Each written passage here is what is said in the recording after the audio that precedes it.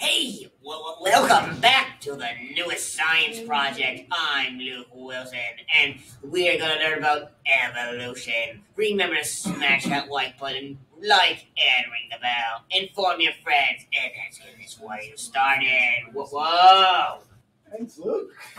We're ready to begin here. So we're going to kind of review a little bit from yesterday's topics. So we talked yesterday about evolution, sort of the history of what people thought about evolution. We're talking now about, well, how do we know? What is the evidence we have? And yesterday we talked about fossil evidence is a really strong piece of evidence. It's one of the first that people started to discover. People have been finding fossils for thousands of years. And oftentimes people didn't know really what they were finding when they found fossils. But as we started to think more about species and life on Earth, we started to see some of those transitional fossils and think about, well, maybe species that are here today didn't always look like this. Maybe they've changed over time. And that's what that's one of the things that Darwin said in his research. So we were talking about these things. Homologous structures is what we call them. They're similarities between the structures that you find in living organisms, and they're there typically because these organisms had a common ancestor sometime in the past. That's a word we're going to use lots of times, common ancestor, when we talk about evolution. So let's just think about that. If you have a sibling, who's the common ancestor of you and your sibling? A monkey? Your parents. Oh. Okay? If you have the same parents, they're your parents. How about you and your first cousin? Who's your common ancestor? My dad? Yeah, if you have a cousin, you don't have the same parents. Who's the common ancestor of you and your first cousin, Jordan? Your grandparents. You and your first cousins have the same grandparents. You and your second cousin have the same great-grandparents. So who are you most closely related to, your sibling or your second cousin? Yeah, because you don't have to go back. You only have to go back one generation to find your common ancestor. Well, we use the same sort of thinking when we're thinking about evolution. That, for example, red-winged blackbird and a finch, you don't have to go back too far to find their common ancestor. But a penguin and a red-winged blackbird, you would have to go back further. They're not as closely related. And so this is something we talk a lot about. These organisms, a bat, a whale, and a human, somewhere in their past have a common ancestor. Now, it could have been a long time ago. But that's why they have some of these similar characteristics. We also talked about this. Sometimes there's kind of leftover structures within organisms. Each February break, I used to take my daughters when they were younger to Ithaca, to the Museum of the Earth. It's just a museum in Ithaca, New York. And one of the things they have is a huge whale skeleton hanging from the ceiling. They have this in lots of different museums. And what you can see when you look, there's like these two bones on the side of the whale. They're just kind of like hanging by strings, not really attached to anything. They're actually the remnants of hips, because whales evolved from four-legged ancestors. Within their body, they still have some of these structures that are kind of like leftovers. Those things we call vestigial structures, leftovers. So let's talk some more about other types of evidence. One thing we can look at is embryos of organisms. These are the early stages of life for 4 different species: a pig, a tortoise, a human, and a lizard. And if you just look at the initials, if you didn't look at any of this other things, what you see is they look very similar to each other. Yes, in fact, even mammals, like the pig and the human, they have gill slits in the early stages of development, they eventually are sort of reabsorbed and transformed into other structures. But when we look at embryos, we sort of see some of like those vestigial structures, the leftovers. And so these initial stages are similar because, again, these organisms evolve from common ancestors. As time goes on, they become more distinct from each other, right? As the end stages, you could kind of see more clearly what they are going to become. But in the early stages, they're very similar. Yeah, it's crazy that humans are actually born with tails in the womb. Yeah. We use them. Some people actually still have them when they're born. I know, yeah. Cool. We also, now Darwin, we said, didn't know about DNA. DNA hadn't been discovered yet in the middle of the 1800s. But today we do have DNA. And when we look at DNA and the chemicals and molecules that make up living things, that also helps us understand evolution. First of all, every organism, whether it's a bacteria or human or a horse or an oak tree, they all have the exact same genetic code. They all have the basic structure of DNA that gives them their characteristics. And we can actually compare DNA and proteins between different species and look at how similar they are. And the more similar, let me ask you this. If we were to look at your DNA, your genes that give you your characteristics, whose DNA is most similar to yours? Even more than your parents. Siblings, right? Siblings have the most, if we were to compare the DNA of you and your sibling, it would be very, very similar. Obviously, there's some differences because you're not identical to a sibling unless you're an identical twin. But you would be very similar in your DNA. You'd also be really similar to your first cousin, right? It might be, it's not as similar as you and your brother or sister, but it would be similar. And so the more closely matched the DNA is, tells us about the relationship between organisms. So here's some example. This is a graph that shows a specific protein. Almost every organism has this protein called cytochrome C. But it varies a little bit. And if you look at this molecule between different species, here's what you see. So humans, if you compare this molecule in humans to other animals, it's exactly the same. This cytochrome C molecule in humans is exactly the same as the cytochrome C that you would find in chimpanzees. It's really similar to mice. It's 91% similar between mice and humans. Okay? And a carp, a fish, it's about 78%. And so this information, when scientists analyze this protein, why is our cytochrome C molecule very similar to a mouse? Why would you say? Yeah, we have a common ancestor. At some point in the past, all mammals have a common ancestor, and so we would expect their DNA, their molecules to be similar to each other. Obviously, we're not as closely related to a carp, okay? So it's not as similar. And this is just the same sort of information. So that's how we know. So what we talked about is, well, how do we know species have changed? How do we understand how species are related? What we'll talk about next is, okay, so we know in evolution, over periods of time, species can change. Remember, individuals cannot.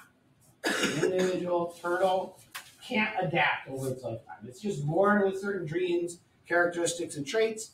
It'll live or die and be successful with those. It's groups, populations that can evolve.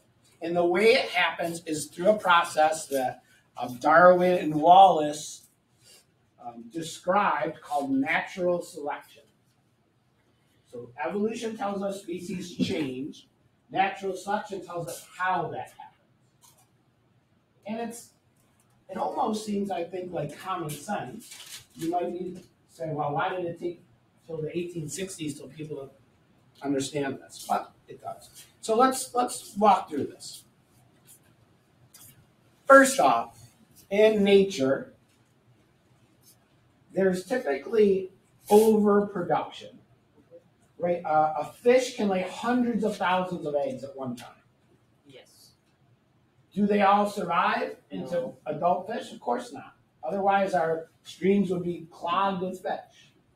So there's this process of overproduction that more organisms are born than can possibly survive. That's how nature works. And so there's some sort of competition between different species or within a species to see which one will survive. So that we call that a struggle for survival. Which individuals do survive? The stronger ones. We're going to be careful how we say this. Sometimes, yes, the stronger ones, but sometimes the smaller ones, or the faster ones, or the ones that are more camouflaged. So it depends on the situation, but you're on the right track when you say that, Luke. It's the ones that have the most helpful traits and characteristics. Those are the individuals that can survive. Those are the ones that can make it through these difficult conditions when there are so many organisms that are produced. So, because the individual, and the other thing is, there's variation, right? Even though we might look at a group of squirrels in the forest and say, oh, they're just all squirrels, they're identical. They're actually not identical. In all species, there's natural variation, differences. Just like if we, in our classroom, in our school, we're not all identical to each other. We have a large number of variations, of differences. We notice all of them because we're the same species, but all species have differences and variations. So the individuals that have the variations that are most helpful, those are the individuals that survive better than the others. And if individuals can survive, they can also then reproduce. And when they reproduce, they pass on those helpful variations to the next generation. And if you repeat that generation after generation, you end up with a change in the species over time. Okay? So the best fit, the best suited individuals survive and pass on their characteristics. So the things that determine which ones survive, we call those selecting agents. For example, if we're thinking about predators, sometimes predators are the selecting agent. And because there is predators, that's going to determine which individuals survive. Maybe the most camouflage survive better. Maybe the fastest. Maybe the ones that are smallest and can hide. Because there are predators as a selecting agent, different individuals are more or less successful. And so this process, repeated many generations, one after the other, leads to evolution. Natural selection results in the species changing over time. We call that survival of the fittest. We'll talk about several examples. But this is the general idea about natural selection. Many individuals are born, they can't all survive. The ones with the most helpful characteristics will survive, reproduce, pass those characteristics on, and over time this could lead to a change in the species as a whole. So let's talk about some examples. What are these? So giraffes. Giraffes are a good example, and one that we often use when we're talking about natural selection. Why do giraffes have long necks? If I ask that question, oftentimes people are going to give me an incorrect explanation. Usually for camouflage. What's the long neck for? Yeah, food. to eat. Also heard camouflage and stuff. The neck, it might be the pattern. I would think the pattern. Yeah, but the pattern helps them eat. Yeah, helps them eat. Sorry, that's what I meant. So, giraffes, I think Mr. Pfister mentioned it yesterday, about giraffes didn't always have necks that were so long. If we look back in the fossil record, we have evidence, transitional fossils, that shows giraffes with shorter necks. Now, let's say in our class, if we were to measure our neck length in this class somehow, do you think we all have the exact same neck length? No. No. Some of us might have longer necks, some have shorter necks. There's variation. The same is true of giraffes or any other animal. That there's some natural variation. Some might have slightly longer necks than others. And if there is a struggle to get enough food, giraffes eat.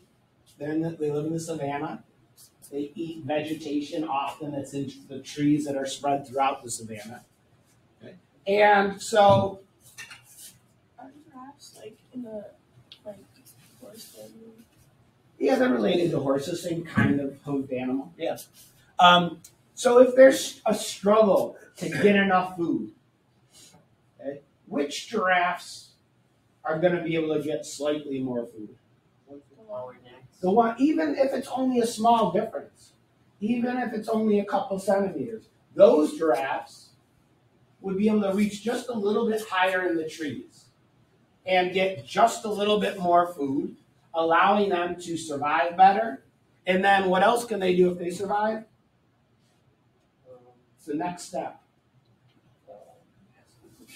By doing what, Jordan? What do we call passing on genes? Breeding, reproducing.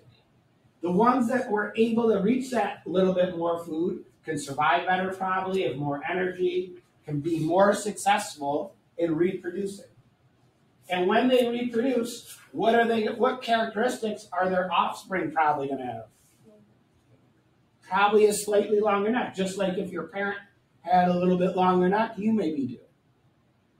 So the next generation of giraffes is more likely to have a slightly longer neck. If we think about that and sort of continue it many generations in the future, if that process continues, well, eventually the long neck trait becomes more and more common in this population. And eventually spreads, and all giraffes have a longer neck because it appeared, because it was a natural variation and it was favored. That process is called natural selection. Yeah, good question. Like, how do they eat? Yeah, so I don't know about that question, actually. They probably are cared for by their parent and probably grow quickly to reach a height, but I'm going to research that. That's a good question, actually. I don't know. I mean, giraffes don't only eat, from the trees. That's one source of food. Probably there are other sources that the young can eat, but that's a good question. So here we kind of put it all together. There's some natural variation. It's just in the population, right? So sometimes people make the same thing. Well, giraffes stretch their neck, and generation after generation became longer and longer. That's not the way evolution works. A giraffe can't stretch its neck. Okay? But if giraffes happen to be born with a variation that gives them a slightly longer neck, now natural selection can start to work. So we have natural variation within the neck length of the giraffes. There's this struggle. There's overproduction of giraffes, and they are struggling to get enough food. The ones that have slightly longer necks, more successful. Okay? They reproduce, pass that trait on to the next generation and the next generation until eventually it's spread throughout the entire generation, or the entire population. Well, why then isn't a giraffe's neck 50 feet long? If it's helpful to have a longer neck. There's no tree that's 50 feet long. And what else happens?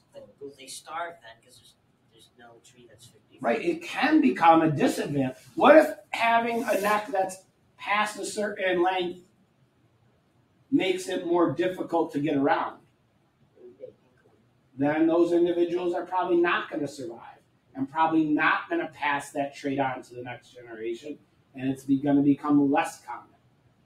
Natural selection works because any trait that's helpful will tend to become more common in the population. Any trait that's harmful tends to become less common in the population. And over time, that leads to evolution.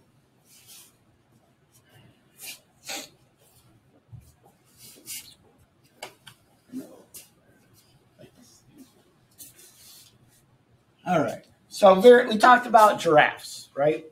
When we want to think about how populations evolve through natural selection, we always want to think about variation. What is the variation that they have? What are they struggling for?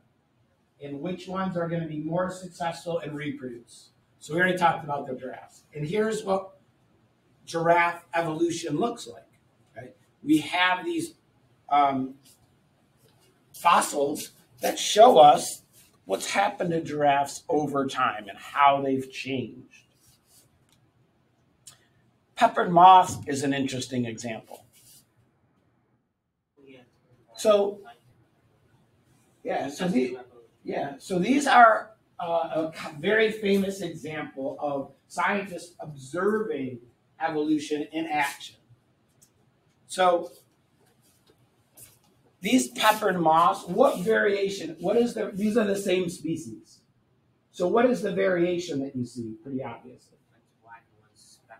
Yeah, the colors. Some are darker, some are lighter. Right? That's just a natural variation that was present in their population. And Luke, what did you just mention? What event? The Industrial Revolution. Yeah, this was something that happened around the time of the Industrial Revolution. Before the Industrial Revolution, most of the trees in these areas, this was in England, were light in color. They had lichen on them. They're light in color. And what scientists, when they would record data, they found most of the peppered moths were light in color. Every once in a while, there would be a dark one, but most of all, they were light. Why were they mostly light at that time? Does being light offer some advantage in this situation? What is it? Yeah, you blend in pretty well. It's hard to see that moth. And therefore, they're less likely to be eaten by predators. When black moths are born, they probably get eaten pretty easily. But the Industrial Revolution in England, coal started to be burned in large amounts. It started to, soot would collect on the trees. The lichen died. And the forest, the wood, actually became much darker. So scientists that were studying this noticed that over that period of time, the number, what do you think happened to the number of dark moths? Yeah, it increased. Because on the dark forest, now the dark variation was more camouflaged and was more likely to survive. And then more likely to reproduce. And there'd be more dark moths born. And they'd be more likely to survive. And you can imagine, after many generations, most of the moths were dark. Every once in a while, light moths would be born, but probably wouldn't be very successful. And so that was an example of natural selection scientists observed, collected data about, and saw an actual change in these populations. Another example to talk about. Bacteria. So probably many of us over time have had strep throat or an ear infection or something else that we had. What is the medication you take when you have a bacterial infection? What do we call that? Lung cancer. What do we take when we have a strep throat? A cough drop? Or an ear infection, something the doctor prescribes. Advil, it's something I remember. Take a prescription. Of what? What is there's a term for something that helps. What is it? It's a specific type. An antibiotic? Oh, Have you heard that term? Yeah. An antibiotic is a special type of medicine. And what does it do? It kills a specific, yes, Angel. It kills bacteria. So if you have bacteria in your ear causing an earache, you have an ear infection, the doctor might prescribe an antibiotic. Usually you take it as a pill. And that antibiotic kills those bacteria. That's what its purpose is. Okay. When you go and you get a prescription for an antibiotic, depends on which one they give. Let's say I have strep throat. Right, my throat's killing me. Go to the doctor. They put that giant Q-tip in my back of my throat. They culture. They say, "Oh, you have strep throat." In my throat, there's some strep bacteria irritating my throat. So they say, "Okay, here's an antibiotic," and they might give you a prescription for 10 days of antibiotic. And let's say I take my antibiotic for 3 days and my sore throat goes away. Should I stop taking the antibiotic? No, you have to keep taking it so that way it doesn't, so that when the bacteria doesn't come back and Yeah, the prescription will say take all of your prescription, even if you feel better. And the reason is because of natural selection. So let's imagine what's happening in that scenario. So I have these bacteria in my throat. I start taking my antibiotic. Why do I feel better after a few days? Probably most of them died, right? So my throat doesn't hurt anymore. But bacteria have natural variations. Some of them are more, what we say, resistant to that antibiotic. They can survive a little bit longer when they're exposed to this medication. So if I take it for a few days, which ones died out first?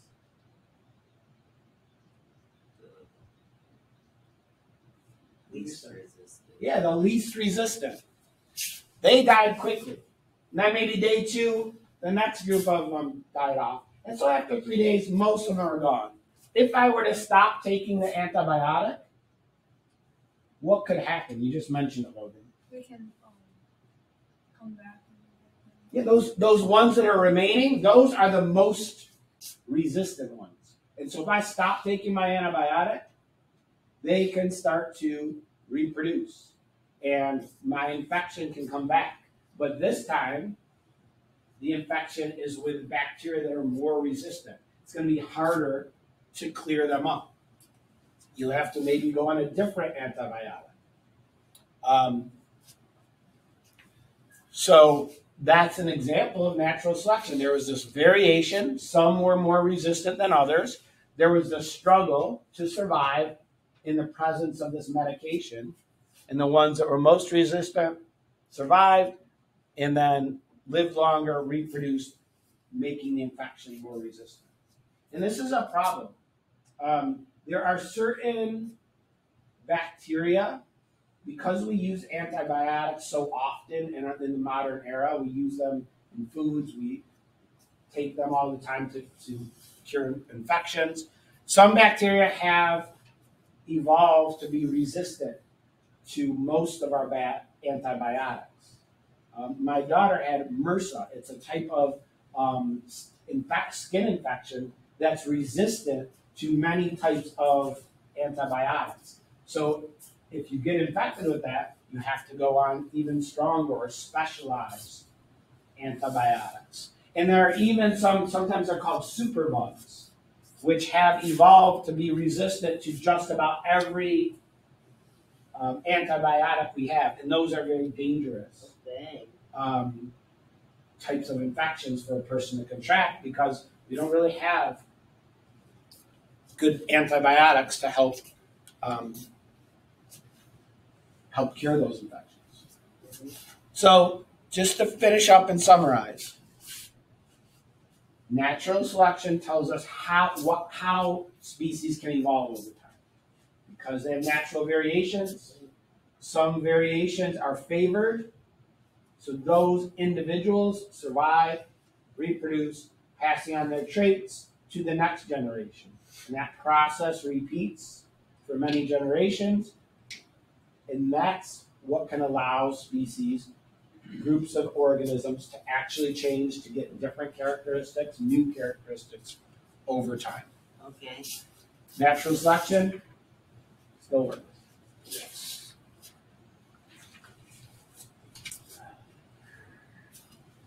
Any questions about any of that? Really? All right. Whoa, it's not. Are they having electricity and water? So, if a person, if Oh, a group of people think it's a good idea to float the power strip on 2 flip-flops in the pool, maybe they're not going to survive and reproduce and pass on their genes for this type of behavior to the next generation. All right, we're going to stop there for today. Go ahead. And that is all for today, folks. Please make sure you like and subscribe. This is Science Through Us, please and smash that new subscribe. video.